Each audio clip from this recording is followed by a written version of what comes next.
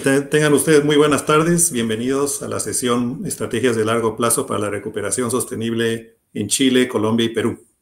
Les saluda Jaime Fernández Vaca y yo soy especialista senior de la División de Cambio Climático y Sostenibilidad del BID y yo tengo sede en la representación de Lima, Perú. Tengo el placer de ser el moderador de esta sesión. Las estrategias de largo plazo son instrumentos que permiten a los países definir las vías tecnológicas para descarbonizar sus economías y los arreglos institucionales de política pública para implementarlas.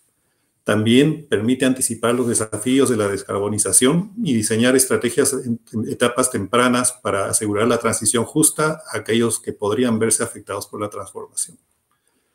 Los países signatarios del Acuerdo de París fueron los invitados a presentar sus estrategias de largo plazo para la descarbonización.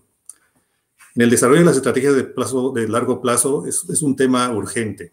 La ciencia es clara sobre la necesidad de alcanzar cero emisiones netas al 2050 para evitar un calentamiento por sobre los 1.5 grados centígrados y las consecuencias y retorno de este hito. Un último dato interesante para considerar sobre las estrategias de largo plazo es que, si bien fueron inicialmente ideadas como estrategias para reducir las emisiones, muchos países están ya incluyendo la adaptación a largo plazo en su diseño. Una reciente publicación del BID y la OIT revela que la descarbonización en la región de América Latina y el Caribe puede crear 15 millones de empleos netos para el 2030 en sectores como agricultura sostenible, construcción y energía renovable. Así también traerá nuevas inversiones, descongestionará el tráfico en las ciudades, impulsará la movilidad eléctrica, aumentará la competitividad y mejorará la calidad de aire y en general la calidad de la vida de las personas. Estos beneficios se vuelven aún más relevantes en el contexto de la actual crisis mundial del COVID y la posterior recuperación económica que es tan urgente. Algunos países latinoamericanos están en la vanguardia de esta agenda climática. Por ejemplo, Costa Rica ya presentó su estrategia de largo plazo y países como Colombia, Chile y Perú están activamente trabajando en desarrollar sus estrategias. El BID, a través de NDC Invest y el proyecto Rutas de Descarbonización Profunda para América Latina y el Caribe, DDPLAC por sus siglas en inglés, está apoyando a estos 4 países vanguardistas en el diseño de sus estrategias a largo plazo. Entonces, a continuación, para compartir las experiencias de Chile, Colombia y Perú en el desarrollo de sus estrategias de largo plazo y para discutir cómo esas estrategias representan un cambio de paradigma para asegurar la recuperación sostenible e identificar elementos clave para acelerar su implementación, tengo el gran honor de presentar a este distinguido panel que nos acompaña hoy. Tenemos a Carolina Urmeneta, que es jefa de la Oficina de Cambio Climático del Ministerio de Ambiente de Chile. Tenemos también a Javier Mendoza, coordinador de la Estrategia a Largo Plazo de Colombia, E2050 del Ministerio del Ambiente de Colombia y Expertise France. Y también tenemos a Rosa Morales, que es la directora general de Cambio Climático y de Certificación del Ministerio del Ambiente de Perú. Entonces, tenemos 3 bloques de preguntas y al final, si nos da tiempo, tendremos un espacio para responder algunas preguntas del público. Entonces, sin más, vamos a dar inicio al panel con la primera pregunta para los 3 panelistas. Entonces, esta es una pregunta común para los 3 panelistas que nos acompañan. Y esta es así. ¿Cuáles piensan ustedes que son los principales desafíos y barreras identificadas en la formulación de las estrategias de largo plazo? ¿Cómo se deberían abordar estos desafíos para asegurar el logro de los objetivos? Empezaríamos, por favor, con Rosa Morales. Rosa, por favor. Sí, muchas gracias, Jaime, muchas gracias por la invitación y por permitir al Perú compartir su experiencia.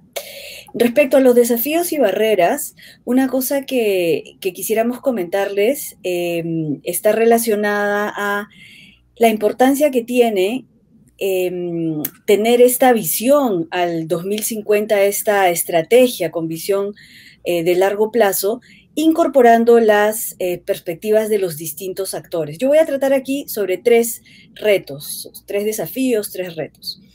Entonces, este primer desafío requiere incorporar las expectativas de los diferentes actores que participan en la acción climática, que como sabemos es muy diversa. La acción climática no solamente se refiere a acciones gubernamentales, sino se refiere a la acción que podamos hacer como sociedades. Entonces, con este carácter multiactor, una de las cosas que estamos haciendo en primer lugar es, en el proceso de actualización de nuestra Estrategia Nacional de Cambio Climático al año 2050, estamos incorporando la visión de todos estos actores, del sector privado, de los pueblos indígenas, de las ONGs, de las organizaciones de mujeres, los sindicatos, el pueblo afroperuano, los jóvenes, muy importante, la academia, los gobiernos regionales y locales, etcétera. Ese es un reto bien importante. Un segundo reto tiene que ver con el tema de la consistencia metodológica relacionada a, por ejemplo, los planes nacionales o las metodologías nacionales para la planificación. En el Perú, la Estrategia Nacional de Cambio Climático es una política nacional, así está considerada en la normativa, y por lo tanto, su formulación debe seguir unos pasos metodológicos. Esto ha sido un reto porque entra dentro de una lógica que nos plantea ciertos retos para plantear esta visión muy, muy amplia que tiene el tema de cambio climático. Y para terminar, el tercer elemento tiene que ver con la consistencia que debe existir entre los diversos instrumentos de mediano y largo plazo que tenemos en relación al propio cambio climático. Tenemos, por ejemplo, que cada cierto tiempo vamos actualizando nuestros inventarios de gases de efecto invernadero. Entonces, esto entra como un insumo dentro de las estrategias de largo plazo, y esos insumos van cambiando con el tiempo, van mejorándose, va incorporándose nueva información, etcétera. Otro instrumento que estamos trabajando es el del nivel de referencia, que está muy asociado, como sabemos, a los temas de cambio de uso de suelo, específicamente mucho a los temas de deforestación, que nuevamente entran como un insumo importante para esta visión de largo plazo. Además, en el Perú hemos aprobado recientemente nuestro Plan Nacional de Adaptación, que también tiene una visión de largo plazo y que entra también como parte de esta perspectiva de largo plazo.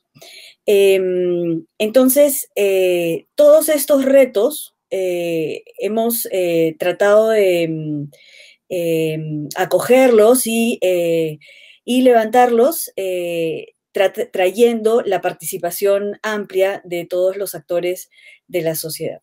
Gracias. Muchas gracias, Rosa. Javier, ¿qué nos cuentas de Colombia? Adelante. A ver. Hola, muchísimas gracias por la invitación, y pues básicamente intentando responder a las preguntas. Mil disculpas, intenté compartir la pantalla y me falló. Intentando responder a las preguntas, tengo una breve diapositiva para compartir.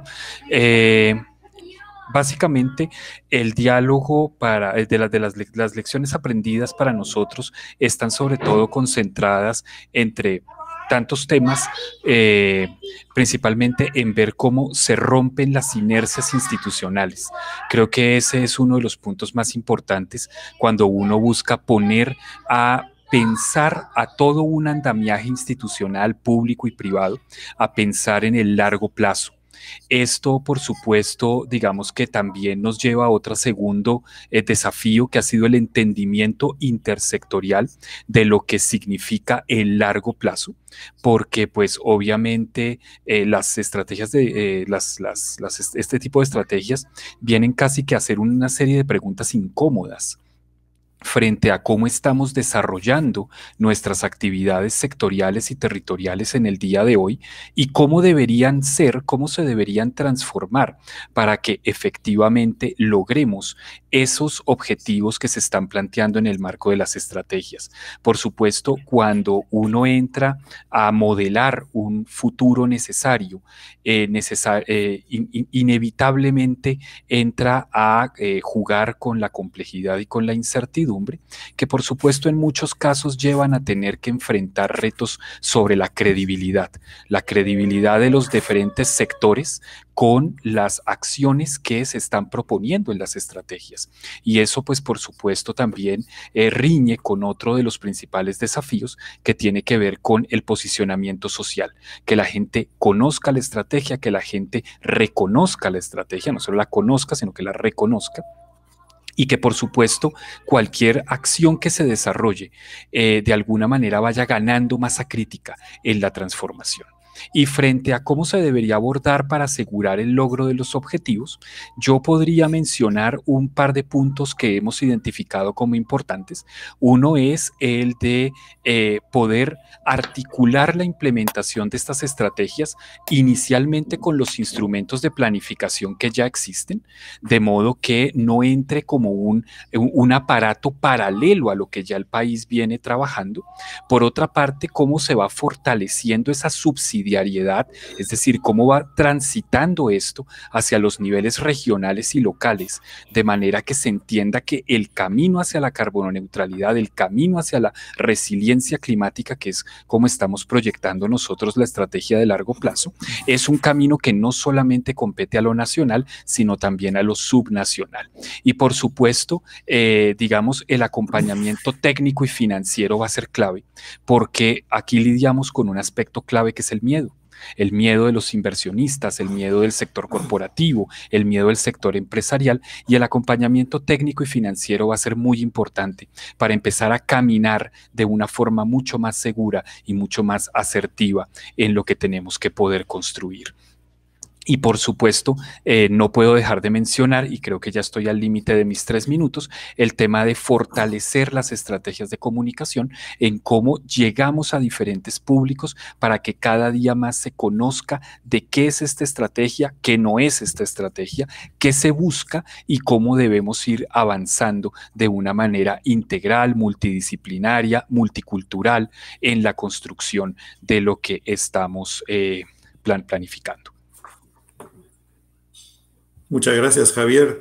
Y bueno, tanto como Rosa como Javier han mencionado el desafío tan grande que es este convencimiento, ¿no?, a los diferentes sectores para poder avanzar hacia una meta común. Carolina, ¿cómo ves estos desafíos según tu experiencia que has tenido en Chile? Bueno, muchas gracias primero por la invitación y por organizar esta interesante conversación. Y no puedo estar más de acuerdo con los colegas, ¿cierto?, de Perú y Colombia respecto a los desafíos. Y les quiero contar un poco que nosotros ya tenemos una propuesta de estrategia climática de largo plazo que está en participación ciudadana. Esta propuesta, tomamos estos desafíos, ¿cierto?, y tratamos de abordarlos de la mejor manera. Entonces, yo les voy a destacar 3 temas principales que tomamos como desafío y les voy a contar cómo los estamos abordando con ya esta propuesta que está en participación ciudadana, lleva un mes, ¿cierto?, disponible para toda la ciudadanía, queda un mes más en el que estamos recibiendo aportes y comentarios para hacer mejoras a esta estrategia que queremos presentar en la COP26. Entonces, lo primero que quería recalcar, que lo tocaron también los colegas, tiene que ver con la coherencia con las metas que tenemos y las políticas que se han desarrollado en los países, tanto de mediano como de largo plazo. Ahí, en el caso de Chile, nosotros estamos tramitando el proyecto de ley marco de cambio climático que tiene la meta de la carbono neutralidad y la resiliencia. Entonces, eso nos da un punto de llegado claro para la estrategia climática de largo plazo y por lo tanto nos ayuda a establecer con claridad que lo que queremos en la estrategia es el cómo vamos a lograr esa meta.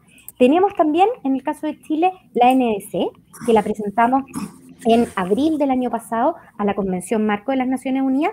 Este es el compromiso determinado a nivel nacional y tiene nuestras metas al año 2030 de nuevo a nivel nacional. Y por lo tanto, ¿qué fue lo que establecimos para la estrategia de largo plazo? Fue el que la estrategia nos ayudara y nos indicara el cómo íbamos a lograr esas metas. Y por lo tanto, la estrategia, ¿dónde está el gran desafío? En que la estrategia define las visiones, los objetivos y las metas de mediano y largo plazo de los distintos sectores y también, como decían, ¿cierto?, desde Colombia, cómo vamos a avanzar desde el nivel subnacional. Y ahí es muy importante la estrategia que tenemos, esta propuesta que tenemos ahora en participación ciudadana, tiene 319 metas que son las que nos permiten ir configurando el cómo vamos a llegar a estas metas al año 2030 y a la meta final al año 2050. Y algo clave que lo mencionaban también desde Perú es esta elaboración participativa. Nosotros el desarrollo de esta propuesta de estrategia lo empezamos en mayo del año pasado y tuvimos más de 70 talleres donde participaron más de 2.000 personas a nivel transversal, tanto de los territorios como también de los distintos sectores productivos, económicos, y también con una mirada importante de la biodiversidad, ¿cierto? Y la economía circular como más transversal. Entonces, eso fue lo que fuimos conjugando en esta propuesta de estrategia que, como les decía, está ahora en participación. Y yo creo que uno de los desafíos, concuerdo totalmente con la comunicación, ahí tenemos un tema, un tremendo desafío desde Chile y también en la región, porque si vemos en América del Sur, no hay estrategias de largo plazo. Bien decías tú, ¿cierto?, que Costa Rica, México también tienen estrategias, pero en el continente de América del Sur, o sea, en la región de América del Sur, no tenemos estrategias de largo plazo porque nos cuesta entender que tenemos que pensar en 30 años más. Eso nos cuesta culturalmente y por eso es que es un gran desafío comunicacional.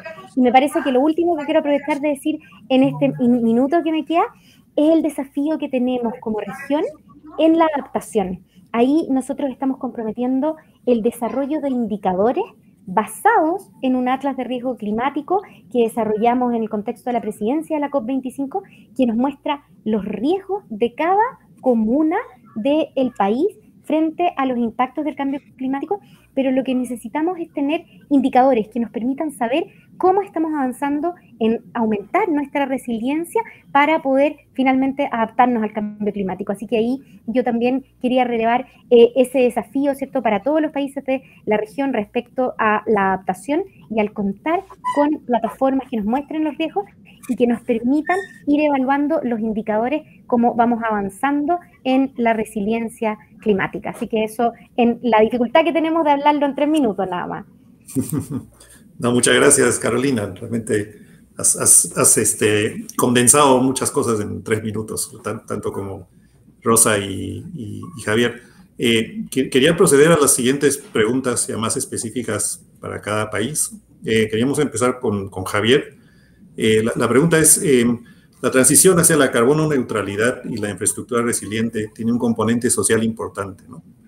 Creo que ya has un poco comentado en tu respuesta anterior, que trae beneficios para algunos y desafíos para otros, ¿no? Un ejemplo es el empleo. ¿Cómo se puede asegurar que esta transición sea justa? Pues bueno, Jaime, ahí tú estás poniendo un punto clave, ¿no? Que sea justa. Creo que para que sea justa, el primer elemento que hay que tener en cuenta es que tiene que tener un elemento de urgencia para comenzar. Porque muchos de los cambios que se proponen a veces se proyectan post 2030 y realmente cuando empezamos a ver que son generaciones las que se pueden ver sacrificadas, por ejemplo, porque los programas académicos no se actualizan y entonces estamos formando profesionales para empleos que puedan desincentivarse o desaparecer en el futuro, en lugar de estar en una visión contraria, y es la de ir preparando profesionales ya para los retos que esos escenarios de carbono neutralidad nos traerán. Necesariamente eso entra en la reflexión de estos que se están formando hoy en esos sectores que quizá no sean los más incentivados en el futuro. ¿Qué va a pasar con ellos? Es decir, no solamente los que a hoy trabajan en este tipo de temas, sino también todo el capital humano que seguimos formando con esas lógicas y con esas visiones. En la estrategia colombiana, nosotros tenemos como 9 grandes temas que son apuestas que constituyen el marco central de la estrategia. Una de esas es la transición justa de la fuerza laboral, porque entendemos que el país tiene que rápidamente, en articulación con el plan de implementación de la NDC, tiene que empezar a pensar en esto y tiene que empezar a trabajar en esto. En esto, por supuesto, también, digamos, recalco algo de lo que mencionaba anteriormente, ¿no? El acompañamiento que el sector privado y, pues, en los casos pertinentes, el sector público también pueda tener frente a lo que son esos nuevos empleos, esas nuevas oportunidades de las que tanto se habla, pero que hay que poderlas materializar. Y por supuesto el acompañamiento subnacional, porque va a ser allá, en los municipios, en los departamentos, en el caso colombiano, en otros países son las parroquias, son las provincias, pero es en lo local en donde esos empleos se van a ver afectados o se van a ver transformados. Creo que uno de los puntos también muy importantes, no solamente para Colombia, sino para la región, es de qué manera logramos empezar unas leyes que de hecho en Colombia, digamos, tenemos algunos ejercicios pioneros, pero es necesario fortalecer cómo se puede facilitar y promover la creación de empresa. Es decir, los nuevos escenarios de carbono neutralidad, de resiliencia climática, hablan de y muestran muchas oportunidades. La economía circular, la bioeconomía, hay muchas alternativas en donde necesariamente el país tiene que empezar a trabajar para que precisamente no sea tan complejo emprender, sino que por el contrario podamos tener esas facilidades y que estos se empiecen a convertir en los nuevos motores y en los nuevos generadores de empleo. Entonces, creo que con esto uso mis 3 minutos. Habría mucho más para poder ahondar en este tema, pero por lo menos lo dejo ahí puesto para la discusión posterior. Sin duda, Javier, muchas gracias. La siguiente pregunta es para Rosa. Rosa, ¿cómo se llevó a cabo el proceso de coordinación en Perú entre la actualización de la NDC y la formulación de la estrategia de largo plazo? ¿Cómo crees que debería articularse ambos procesos en el futuro? Sí, muchas gracias. Aquí yo quisiera destacar un elemento que mencionó Carolina, que tiene que ver con esta visión de mediano plazo al año 2030 y que está asociada a nuestras metas de lo que denominamos aquí en el Perú la CNDC, nuestro desafío climático, y esta visión de largo plazo al año 2030. Entonces, nuevamente, esta visión compartida de sociedad es muy importante y además un aspecto adicional que quisiera destacar también es el fortalecimiento de la institucionalidad nacional en materia de cambio climático. En el Perú ya tenemos una ley marco sobre cambio climático y su reglamento, que además pasó por un proceso de consulta previa. Y en esta nueva normativa se crea una comisión de alto nivel de cambio climático en donde están presentes ministros de Estado y se fortalece también la Comisión Nacional sobre Cambio Climático, que es un espacio con todos los actores y que es una institución muy antigua, ¿no? Pero que ahora bajo la ley está fortalecida. Entonces, es en este marco multiactor y este marco de visión estratégica, trayendo, por supuesto, a los ministros a la mesa, que se requiere vincular esta visión al año 2030 con nuestras medidas de adaptación y mitigación, que, por cierto, están siendo actualizadas algunas y se están incluyendo otras, porque a fines del año pasado aumentamos nuestra ambición. Entonces, es en este marco institucional que estamos fortaleciendo esta ambición y en la que estas metas de mediano plazo concuerdan con esta visión de largo plazo. En otras palabras, en la comisión de alto nivel se ven los dos temas, ¿no? Todo esto que se está preparando participativamente como una política nacional y en materia de las CNS, pues es parte de lo que se debe tener como visión.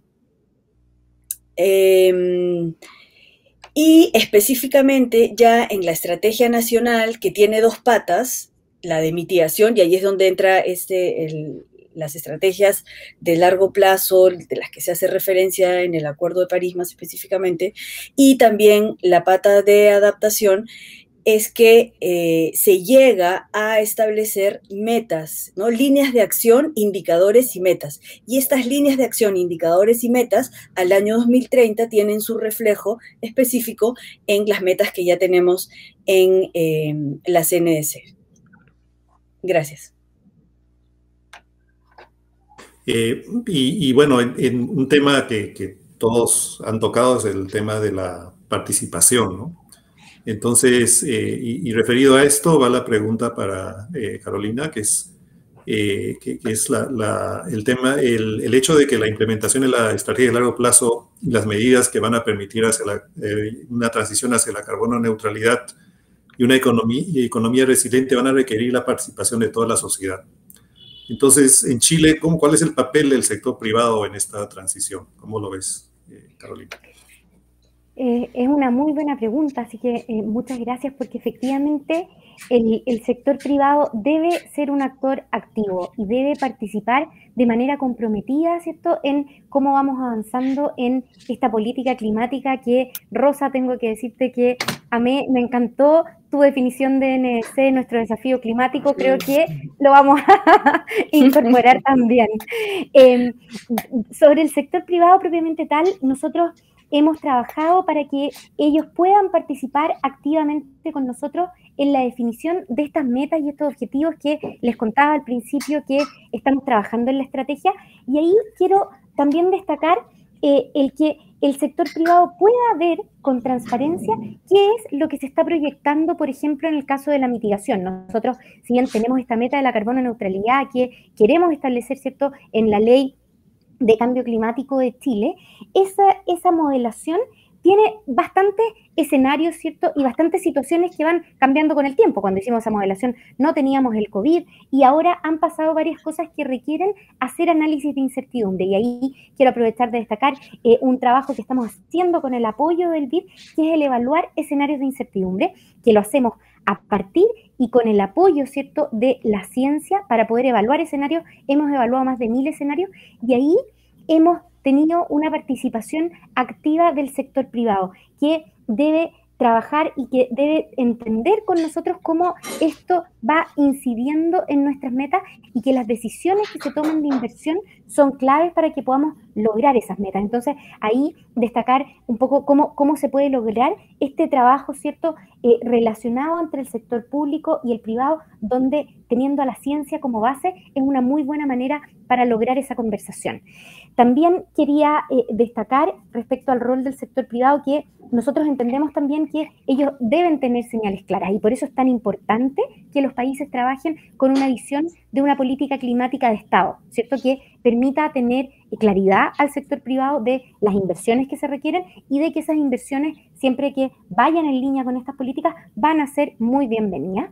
Y en eso también destacar la relevancia de que puedan participar a través de instrumentos económicos. Nosotros los colegas que están acá también hemos trabajado, ¿cierto?, en el desarrollo, por ejemplo, de sistemas de compensaciones que puedan promover la acción climática, dando también señales claras de que queremos avanzar en esa línea. Y lo que quería destacar también es que cuando uno piensa en el sector productivo, debemos también pensar en el sector financiero. Y ahí hay grandes oportunidades y grandes desafíos también, ¿cierto? Sabemos que cuando hablamos de adaptación están los riesgos para el sector financiero y por lo tanto debemos tener información clara para que puedan tomar decisiones y también debemos aprovechar los instrumentos que podemos utilizar desde el sector financiero. Nosotros en Chile, por ejemplo, desde el año 2019 estamos sacando bonos verdes soberanos. Hemos ya emitido más de 7.700 millones de dólares en bonos verdes soberanos que han dado una señal bien importante al sector privado y a todos los sectores, pero sobre todo al sector privado y al sector financiero. Esos bonos verdes soberanos han tenido las tasas más bajas que habíamos tenido históricamente en emisión de deuda a nivel nacional, a nivel soberana, ¿ya? Y eso es bien importante porque confirma el interés que hay en proyectos que sean verdes y que vayan en línea con esta política climática. Entonces, creo que ahí también hay algo importante que el sector privado debe mirar y debe considerar para tomar las decisiones en cuanto a la inversión que deben desarrollar en todos los países de la región. Excelente, gracias, Carolina. Ahora una pregunta para ti de nuevo, directo. ¿Cuál es, si solamente pudieras invertir en 3 áreas o actividades clave para promover la estrategia de largo plazo, considerando, bueno, que siempre los presupuestos son limitados, pero digamos que tuvieras el presupuesto para implementar 3 actividades claves, ¿cuáles serían, cuáles priorizarías? ¿Por qué los elegirías? Mira, yo creo que ahí viste en un punto muy clave, ¿cierto? Que es que los presupuestos son acotados, eso nos pasa a todos, ¿cierto? Nos pasa en las casas, en nuestra realidad del día a día, y ahí nosotros algo que hemos trabajado en estos instrumentos de política climática es el buscar priorizar a partir de la costo-efectividad. En el fondo que sean medidas que son efectivas tanto para la mitigación como para la adaptación y que a la vez los costos sean los menores tanto desde el punto de vista económico como ambiental como social, ¿ya? Y ahí yo creo que hay tres temas que son muy relevantes que nosotros sí o sí queremos en el fondo promover, que son las soluciones basadas en la naturaleza, dando relevancia a la restauración. Tenemos un compromiso concreto en nuestra NDC de restaurar 1 millón de hectáreas, ¿cierto?, que empiecen este proceso de restauración al año 2030, y también lo relacionado con los ecosistemas, sobre todo con los humedales, turberas y los océanos, que tenemos ahí un tremendo potencial. Lo segundo que es clave en el caso de Chile es la energía.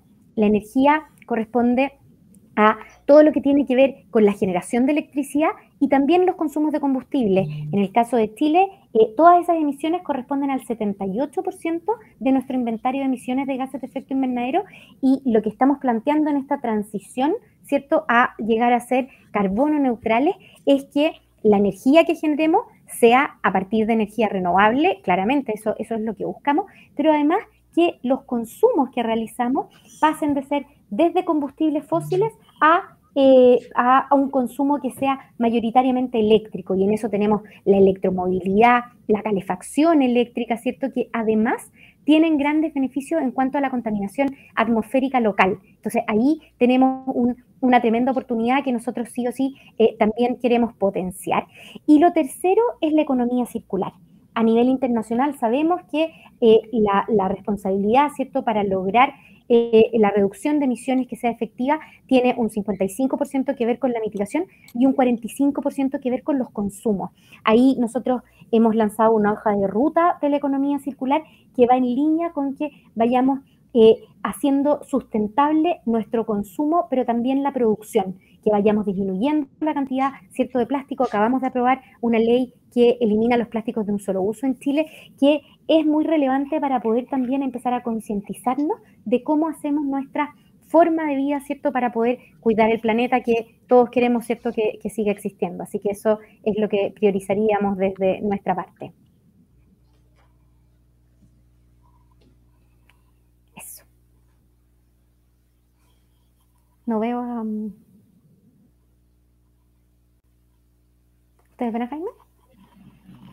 Quizás perdimos al moderador, entonces yo puedo continuar haciendo la siguiente pregunta para Rosa.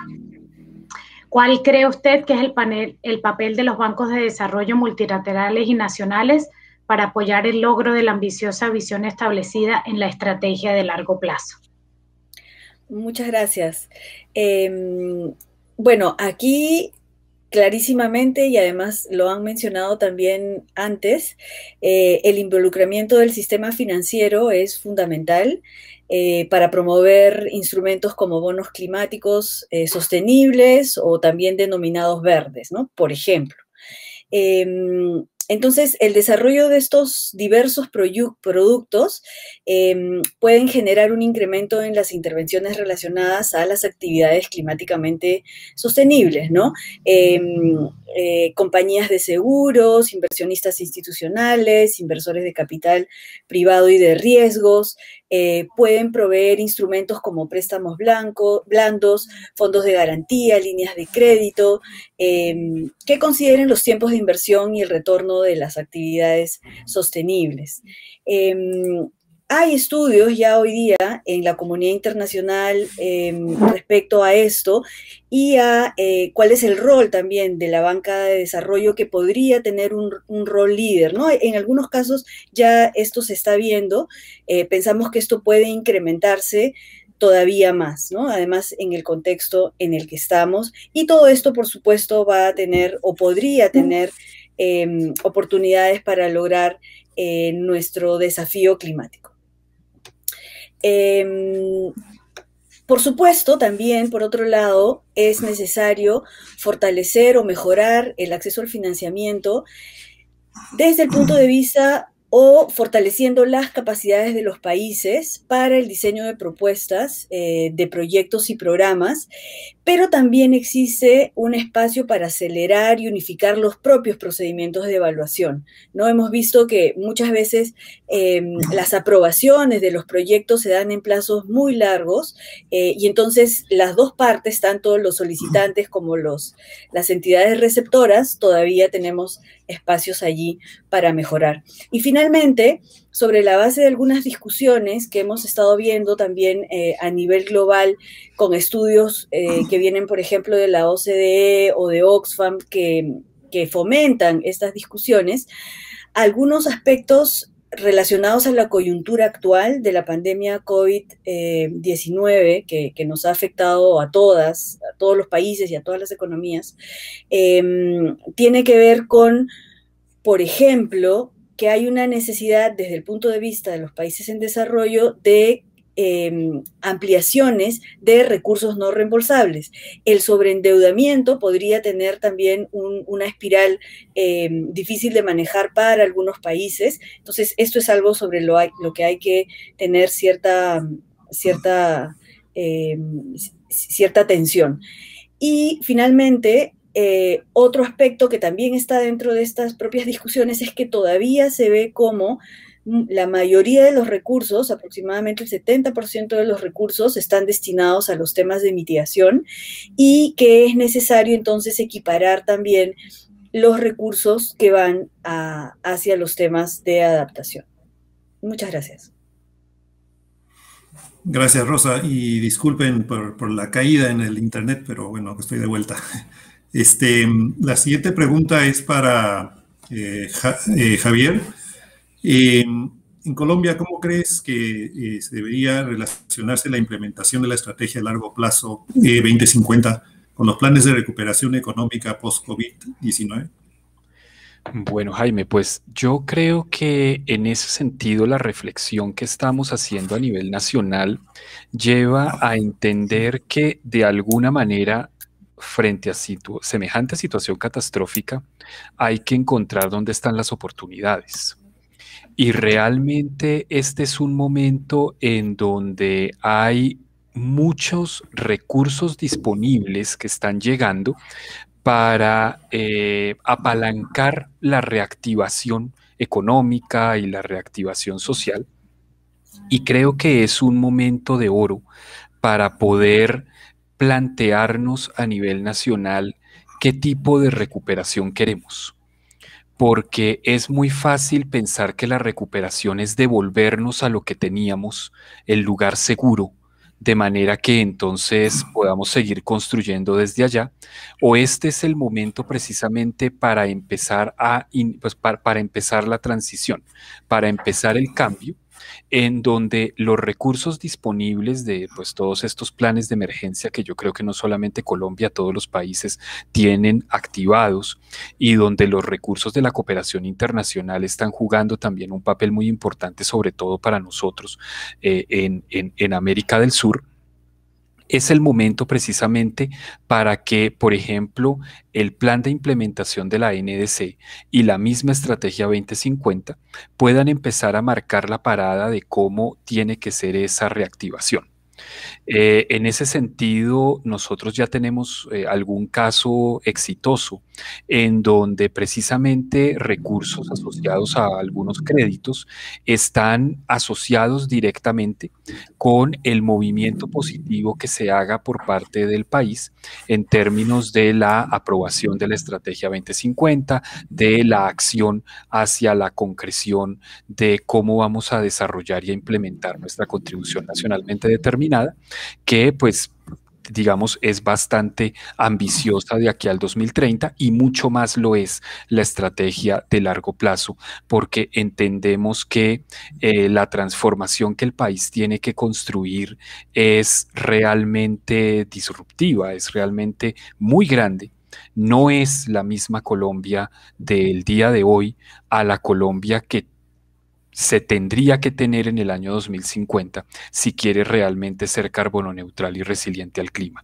Eso, por supuesto, parte de la necesidad de cerrar muchas brechas socioeconómicas que existen y que por supuesto en algún momento pueden dilatar y pueden retrasar la llegada de muchas de estas transformaciones, pero sí que muchos otros actores y actores corporativos pueden empezar unos procesos de transformación en donde de alguna manera contagien y muestren que sí es posible realmente estos cambios. Entonces creo que la posibilidad de contar con recursos, con una situación de emergencia, con una voluntad política, con una sensibilidad frente a que nadie quiere volver a pasar por una situación estresante como la que hemos pasado en estos 2 últimos años, puede servirnos precisamente como un trampolín para poder plantear que los retos climáticos, como ya lo han dicho muchos actores a nivel internacional, son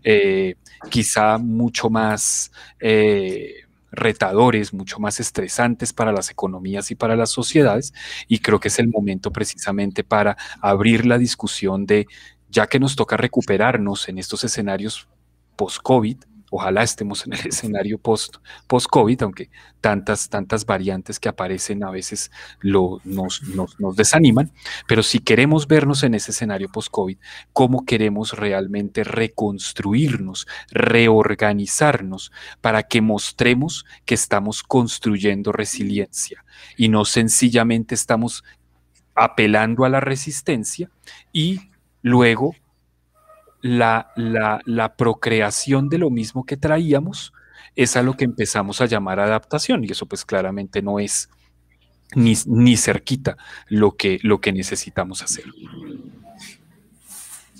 Muchas gracias, Javier.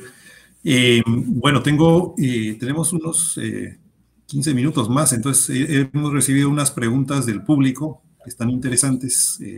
Tengo una pregunta para Rosa. Y la pregunta es, ¿por qué no aplicamos los planes quinquenales en el Perú como visión de largo plazo? Es algo similar a los países asiáticos, que son hoy potencia mundial.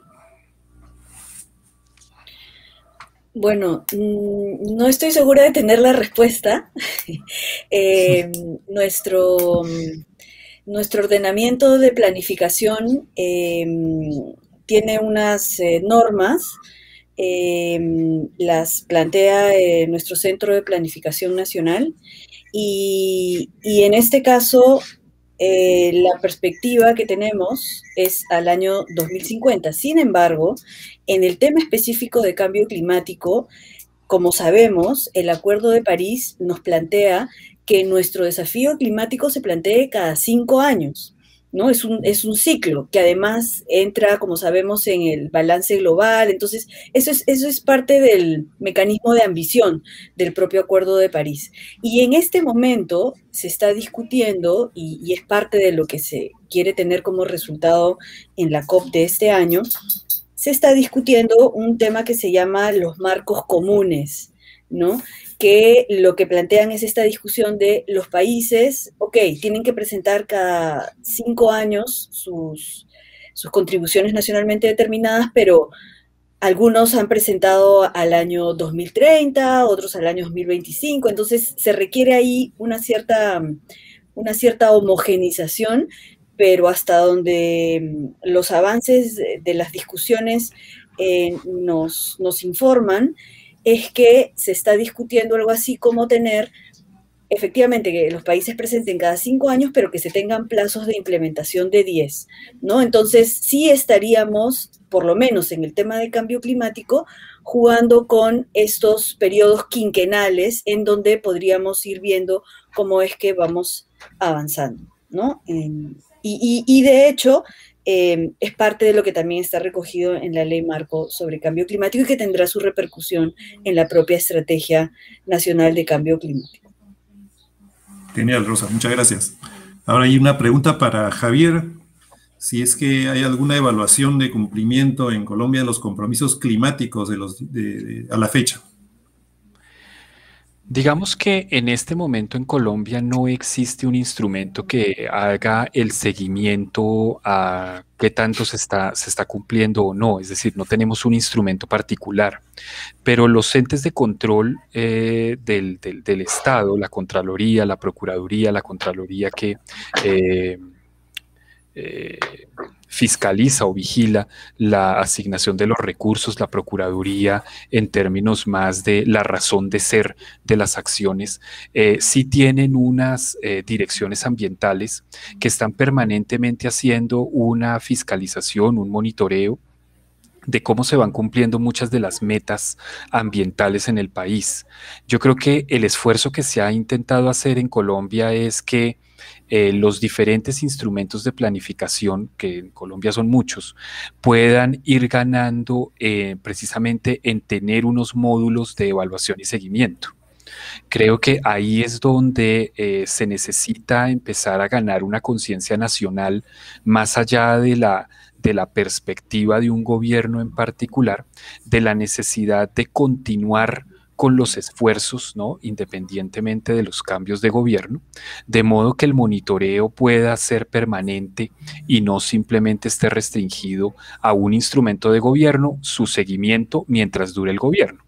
Creo que ahí yo le veo un enorme potencial tanto a las NDC como a las estrategias de largo plazo. Y es que el hecho de ser unos instrumentos asociados con un acuerdo internacional, bueno, digamos, las estrategias de largo plazo no son voluntarias, pero digamos que en el camino de trabajo sí pueden tener algún tipo de llamémoslo vigilancia superior frente a los compromisos, porque hay que estar periódicamente reportando en qué estamos, cómo la vamos implementando. Entonces creo que en eso pues los mecanismos de reporte frente a la convención también van a jugar un papel muy importante, o seguirán jugando un papel muy importante, y a nivel interno entonces creo que pues el país también tiene allí unas oportunidades de mejora grandes, sobre todo en la articulación entre periodos de gobierno, que es uno de los mayores retos yo creo que vivimos todos, sobre todo cuando hay unos cambios abruptos en las visiones políticas. Perfecto, muchas gracias, Javier. Ahora hay una pregunta para Carolina. La pregunta es, ¿cuál es la estrategia principal para lograr la reforestación según el número de hectáreas que se ha propuesto Chile? Mira, es una muy buena pregunta, porque de hecho la carbono neutralidad de Chile compromete, ¿cierto?, que vamos a mantener nuestra capacidad de captura forestal. Nosotros tenemos un sector forestal que es capturador neto de emisiones de gases de efecto invernadero, y para lograr la carbono neutralidad necesitamos mantener esa captura, y eso significa que tenemos que hacer acciones para el manejo sustentable, que están comprometidas en la ANS, para la forestación sustentable y también para la prevención de incendios. Estas tres metas, ¿cierto?, están establecidas en la ANS, así como también la restauración. Pero respecto específicamente a la forestación, les quiero contar que, tal como mencionaba Javier, todos los países, ¿cierto?, estamos frente a una oportunidad respecto a la recuperación, y que la recuperación nos apoye, ¿cierto?, en el compromiso en el cumplimiento de estos compromisos que tenemos de cambio climático. Y ahí específicamente el plan de recuperación de Chile considera un importante pilar de inversión pública, y en ese pilar de inversión pública obviamente tiene que cumplir con toda la normativa ambiental de Chile, pero un 30% de los proyectos contribuyen a acelerar nuestro cumplimiento de los compromisos climáticos, y ahí específicamente se ha comprometido, ¿cierto?, ya los recursos para la forestación sustentable de 24.100 hectáreas. Así que vamos avanzando en esa meta que tenemos para la reforestación, ¿cierto?, sustentable de nuestros territorios, y estamos tomando acciones concretas. Una de esas tiene que ver con esta posibilidad que nos plantea, ¿cierto?, la recuperación y los recursos que se están levantando en esa materia. Tenemos también compromisos y acuerdos específicos para hacer proyectos, ¿cierto?, con financiamiento internacional, que sean proyectos Red Plus, así que también ahí tenemos otra alternativa. Y otro instrumento que también estamos ahora, ¿cierto?, desarrollando, tiene que ver con el sistema de compensaciones del impuesto verde. Ahí nosotros tenemos un impuesto verde en Chile, que en Chile por ley todo lo que se recauda desde los impuestos debe ir al erario público, y lo que se hizo en la última reforma tributaria fue establecer que podíamos tener un sistema de compensaciones y que ese sistema de compensaciones ayudara al cumplimiento de nuestras metas a nivel nacional. Entonces ahora nosotros desde el Ministerio de Medio Ambiente estamos trabajando en el reglamento para poder hacer ese sistema de compensaciones que debería empezar a operar a partir del año 2023. Así que tenemos alternativas, es un tremendo desafío, porque la meta de deforestación es importante, pero estamos trabajando para poder avanzar hacia esa meta. Muchas gracias, Carolina. Quizás nos queda tiempo de una última pregunta, una para los tres, que me parece interesante, es en cada uno de sus países, ¿no? ¿Cuáles fueron los sectores o actores involucrados que dieron mayor respaldo a la formulación de las estrategias de largo plazo, ¿no? Y también cuál fue el rol de la academia, ¿no?, en esta preparación de la estrategia. Empezaríamos con Rosa. Gracias. Creo que no podría decir que ha habido un sector que apoyó más, porque si bien en nuestro caso se ha hecho un estudio específico que es parte de los insumos de la elaboración de esta estrategia de largo plazo, la Estrategia Nacional de Cambio Climático, como mencioné al inicio, hemos hecho un proceso participativo en el que han participado todos los sectores. Y dicho sea de paso, en este mundo de la virtualidad, en donde no sé bien cómo las reuniones y las tareas se han multiplicado, no sé por qué, es un fenómeno, sí, pero que ocurre, ¿no? Tenemos más reuniones, más cosas todos los días. Aún así, fíjense, hemos tenido 3 rondas seguidas de reuniones con todos los actores que mencioné antes. No voy a repetir ahora porque tenemos un minuto para la respuesta, pero todos han participado permanentemente. Entonces, creo que el interés está allí, y creo que todos los sectores gubernamentales, pero también todos los actores de la sociedad civil en su diversidad han aportado muchísimo a la estrategia para que podamos tener esta visión nacional del Perú al año 2050. Gracias. Gracias, Rosa. Carolina. Gracias por la pregunta, y no puedo estar más de acuerdo con Rosa. Totalmente, todos los sectores, ¿cierto?, son un aporte muy importante, y sí me voy a ir a la segunda parte de la pregunta, que es la relevancia de la ciencia. Y yo quiero destacar que nosotros desde la presidencia de la COP25 estamos trabajando con un comité científico que en la presidencia de la COP25 fue clave para que lográramos, por ejemplo, tener la meta de la carbono neutralidad en la ley y modificar nuestra NDC de manera ambiciosa. Ese comité científico nos ha estado apoyando en la elaboración de esta propuesta de estrategia climática de largo plazo, que está ahora en consulta pública. Específicamente nos apoyó en temas relacionados con soluciones basadas en la naturaleza, y ahora lo que estamos haciendo es que estamos piloteando un poco lo que dice el proyecto de ley marco de cambio climático, porque el proyecto de ley marco de cambio climático establece que el comité científico debe hacer un informe previo de la propuesta de estrategia climática de largo plazo para luego presentársela al Consejo de Ministros para la Sustentabilidad. Entonces, eso es lo que estamos haciendo ahora, que el comité científico está elaborando este informe previo a partir de esta propuesta de estrategia climática de largo plazo, que desde el Ejecutivo ponemos a disposición para que podamos considerar, en el fondo, sus comentarios, recomendaciones y mejoras para presentarle ya una propuesta mejorada, además, con todo lo que recibamos de la participación ciudadana, al Comité de Ministros para que la puedan revisar y aprobar y la podamos presentar a la Convención Marco de las Naciones Unidas. Así que tenemos ahí un camino claro, ¿cierto?, a seguir con el Comité Científico para avanzar en esta línea. Genial, gracias, Carolina. Javier. Nosotros en el caso colombiano tenemos una ventaja, y es que el tema de la carbononeutralidad es una de las banderas del presidente Duque, del actual presidente. Eso, por supuesto, ha mandado unos mensajes muy claros y muy fuertes, no solamente a los sectores de gobierno, sino a todos los diferentes actores de la sociedad, porque de alguna manera el tema del cambio climático ha venido cobrando cada vez más importancia en la agenda nacional y en el Plan Nacional de Desarrollo, y pues obviamente en toda la discusión. La participación activa que nosotros hemos tenido a lo largo de este tiempo de construcción ha dejado lecciones muy interesantes.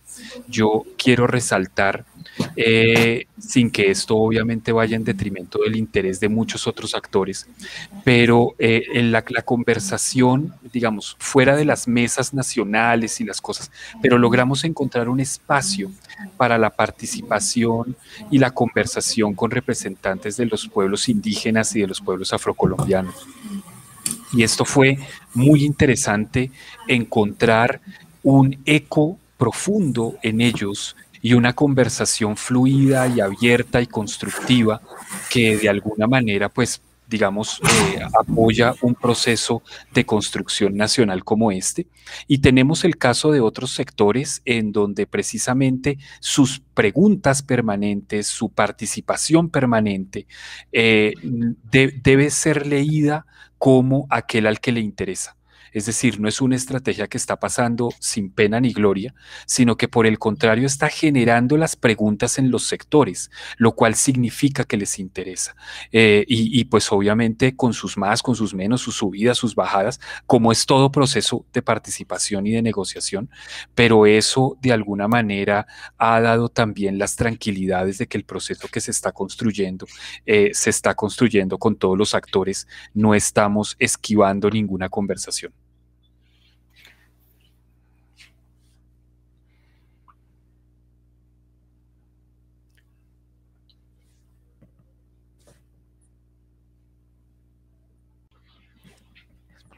Jaime, no se te escucha. Disculpen, había ruido por acá. Disculpen, bueno, no solamente agradecerles, ya se nos acabó el tiempo, pero queríamos agradecer en especial a los panelistas por sus excelentes intervenciones. Realmente nos ha permitido conocer cómo han avanzado en cada uno de sus países y ha sido realmente muy ilustrativo. Y bueno, más bien queremos que realmente todas las preguntas han quedado, quizás podamos después ver cómo hacemos los contactos con ustedes, ¿no? Y nada, sin más, quería darles que tengan muy buenas tardes y también invitarlos a continuar conectados para la siguiente sesión sobre recuperación sostenible. Gracias entonces, hasta luego. Muchas gracias a todos, gracias por la invitación. Hasta luego.